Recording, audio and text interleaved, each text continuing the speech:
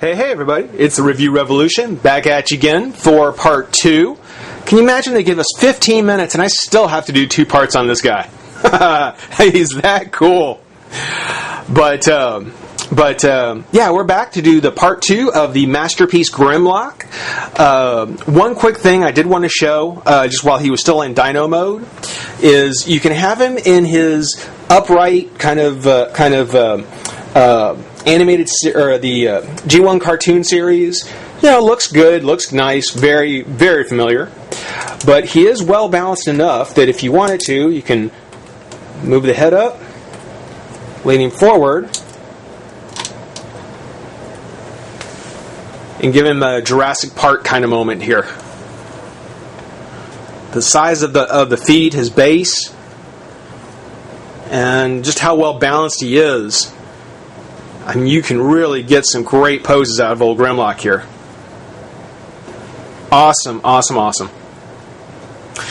Now, his transformation, very intuitive actually. It's one of the things where I was not having to refer back to the instructions very much, except just to make sure that I wasn't missing some sort of like click or lock or something.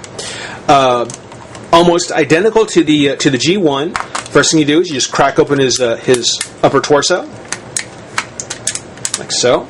His legs do get in the way a little bit, but you learn to just finagle it. Flip his head back, and actually what I like to do is I like to kind of put the hands down around his head, get him kind of out of the way there.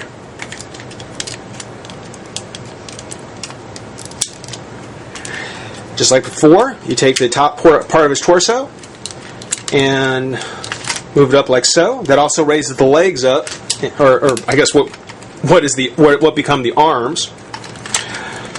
Split apart the tail, like so. Now, until you get the bottom part, his lower torso, locked in place, he is a little unruly as far as the top because it doesn't lock in.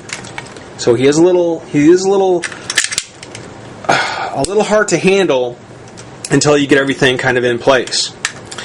You take the tip of the tail and just flip it down, which is the hardest part about getting him back in Dino mode, is getting this little piece back out from his leg. That was just a pain. But you take it and nice little mechanism here. You take it, you pull it up, take it,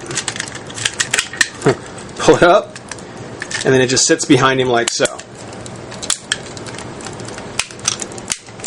Straighten out the leg. So underneath it looks like that. The tail doesn't really lock in place. It just sort of sits back there, which I thought was a little disappointing. I thought, if there was some sort of little lock or pin or something that would hold it in place, might actually, be nice. There's this extra piece here that was part of his Dino, and that just folds down. I don't know if I'm getting it all on camera here. I'm trying to look in 2 different places at once. Goes down like this, and you've got his leg. Other side, flip that down,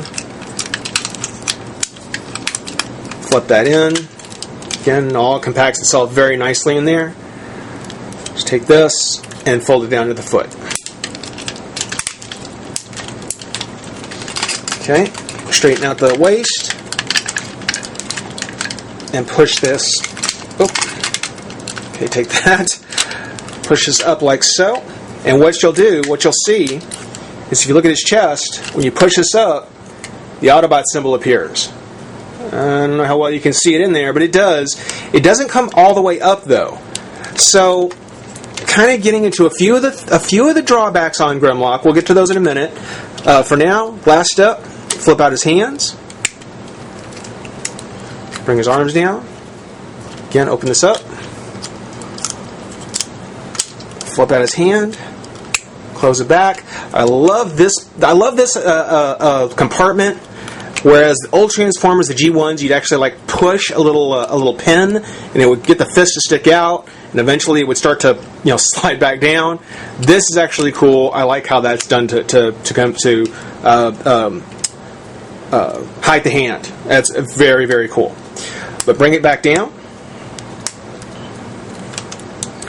and there pretty much just like before with the old G1, is Grimlock.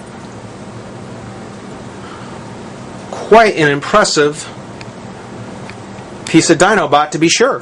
Very, very awesome. Now, again, just like with the Dino mode, you take a look. I mean, it's so well done. I mean, when you look at the face, very iconic Grimlock face. Everybody recognizes Grimlock in the face. I mean, though it's fairly generic for a robot face, I think everybody can recognize it. Again, the chest, where the Dioclone cockpit used to be, you can see the Autobot symbol a little bit better there, but again, it doesn't come all the way up.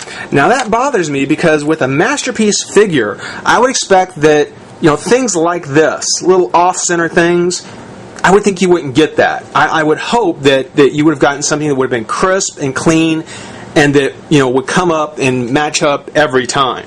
It's a little disappointing to think this is what they are calling masterpiece, and yet, there are these slight flaws to it. On the legs, on the bottom, again, very nicely done. I love the plastic panels they have, the colored panels. Those look great. The feet actually have a little bit of a swivel in the foot, kind of help him with balance. His articulation, the head is on a ball joint, but the ball joint, at least it's popped off twice on me. 2 times it's popped off on me. Which, again, it's like, hello, it's a masterpiece version. Come on, guys. But it does up, side to side, down. Pretty typical for any kind of figure nowadays. Shoulder comes up and out. It's on a ball joint as well. Twist at the bicep, I guess. Bend at the elbow and twist at the wrist. On his left hand, the fingers are individually, well, not all of them, but the one finger is are individually articulated, as well as the thumb. Thumb is on a ball joint. On the other hand, it's actually fixed. The thumb will move. Oops. See, I got to show that off, I guess. The thumb will move, but the hand is sculpted closed because, and I'll show this a little bit more. When you press on the button that's behind his leg, it's a little light that goes on, and that's for the sword and his blaster. But I'll show that here in a minute. Twist at the waist. The legs do come out. They twist. There is a bend at the knee, like so. And, well, the whole leg will twist, but there is kind of that little articulation down here. And I like that kind of piston kind of motion it's got there. That's actually kind of cool.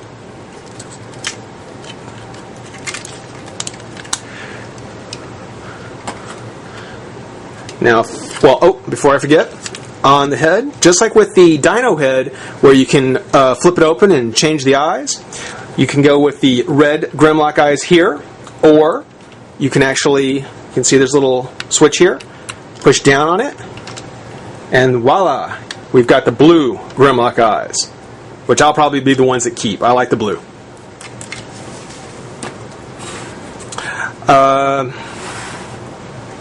For his accessories, he has 3. In the import version, he had like 1 million. No, just kidding. But in the import version, he had an apron and some drinks, which were based on one of the G1 episodes, as well as that intelligence transfer thing, and as well as a little booklet. It was in Japanese apparently, but it had like a little background, a little bio with some pictures and so forth. None of that was included in the US version. That really kind of sucks. It's really disappointing. One accessory he did keep was his Dinobot crown, which you can put on such. Probably not that different from the kind of crown that you would see from Starscream. And in the way of his weapons, as I mentioned, when you plug in his sword here, oops, and I don't know how well you'll be able to see, but if you press on it, you can kind of make it out. It does light up there on the blade. Whoops, and there went his crown. crown doesn't really lock in place or hold on very well. The blaster, again, very, very nice blaster, very much like the original Grimlock. You push this, and you don't see it quite as well, but it does light up on the tips here. More than likely, if I keep him in robot mode, it would be with the sword. Oh.